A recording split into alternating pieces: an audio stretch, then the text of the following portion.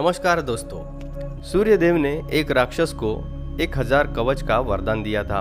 उसके बाद उस राक्षस का क्या हुआ, 1000 कवच का क्या हुआ और उस वरदान मिलने के बाद उस राक्षस ने क्या किया, नर और नारायण कौन थे, इस वीडियो में हम आपको इसी के बारे में बताएंगे।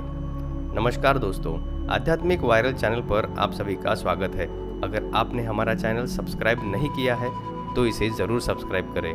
अगर आप भी मेरी तरह श्री राम जी के भक्त हैं तो कमेंट में जय श्री राम जरूर लिखें। दोस्तों, एक असुर था दंभोदभ। उसने सूर्यदेव की कड़ी तपस्या की और सूर्यदेव से अमरत्व का वरदान मांगा। जब सूर्यदेव ने कहा कि यह संभव नहीं है तो उसने फिर से दूसरा वरदान मांगा कि उसे 1000 कवच की सुरक्षा मिले और इसे वही तोड़ पाए जिसने 1000 वर्ष तक तपस्या की हो, और जैसे ही एक कवच तोड़े तो वह मृत्यु को प्राप्त हो जाए। फिर मजबूर होकर सूर्यदेव को उसकी बात माननी पड़ी और उसे वो वरदान देना पड़ा। उसके बाद दंभोदभ मन चाहे अत्याचार करने लगा।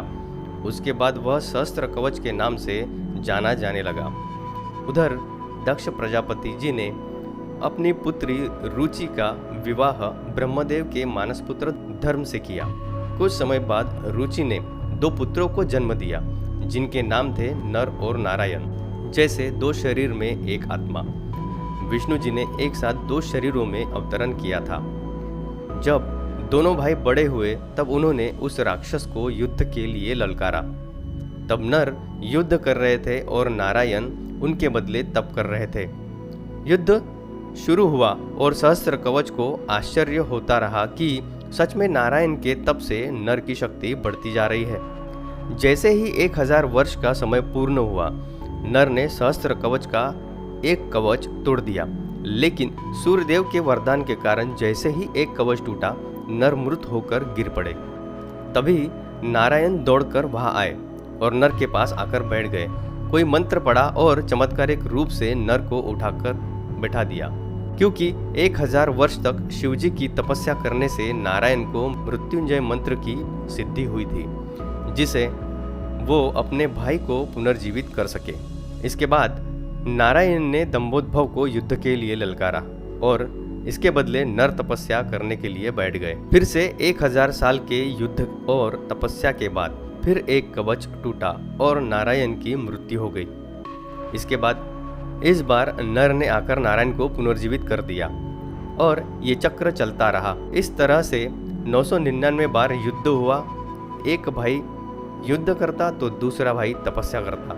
हर बार पहले की मृत्यु पर दूसरा उसे पुनर्जीवित कर देता। जब 999 कवच टूट गए तब दंभोदभ भागकर सूर्यदेव की शरण में चला गया। नर नारायण ने सूर्यदेव को उसे सौंपने के लिए कहा, लेकिन अपने भक्त को सौंपने पर सूर्यदेव राजी नहीं थे। तब नारायण ने सूर्यदेव को श्राप दिया कि आप इस असुर को अपने कर्मफल से बचाने का प्रयास कर रहे हैं, इसलिए आप भी इसके साथ मृत्यु लोक में अपने कर्मफल को भोगने के लिए जन्म लेंगे। इसके बाद त्रेता युग में सूर्यपुत्र कर्ण का जन्म हुआ। यह बात आमतौर पर पता नहीं है कि कर्ण सिर्फ सूर्यपुत्र नहीं है, बल्कि उसके भीतर सूर्य और दंभोदभ दोनों की ही आत्मा है। जैसे कि नर और नारायण में 2 शरीरों में एक आत्मा थी, ठीक उसी प्रकार कर्ण के शरीर में 2 आत्माओं सूर्य और सहस्त्र कवच का वास था।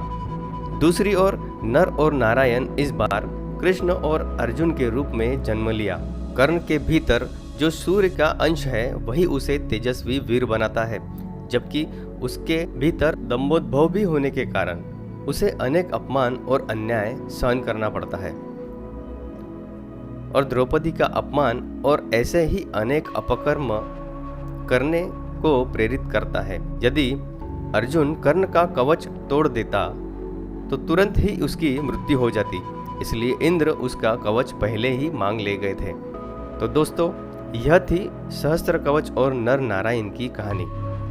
आपको ये कहानी कैसी लगी हमें कमेंट करके ज़रूर बताना।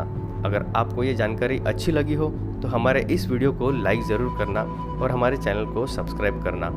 धन्यवाद।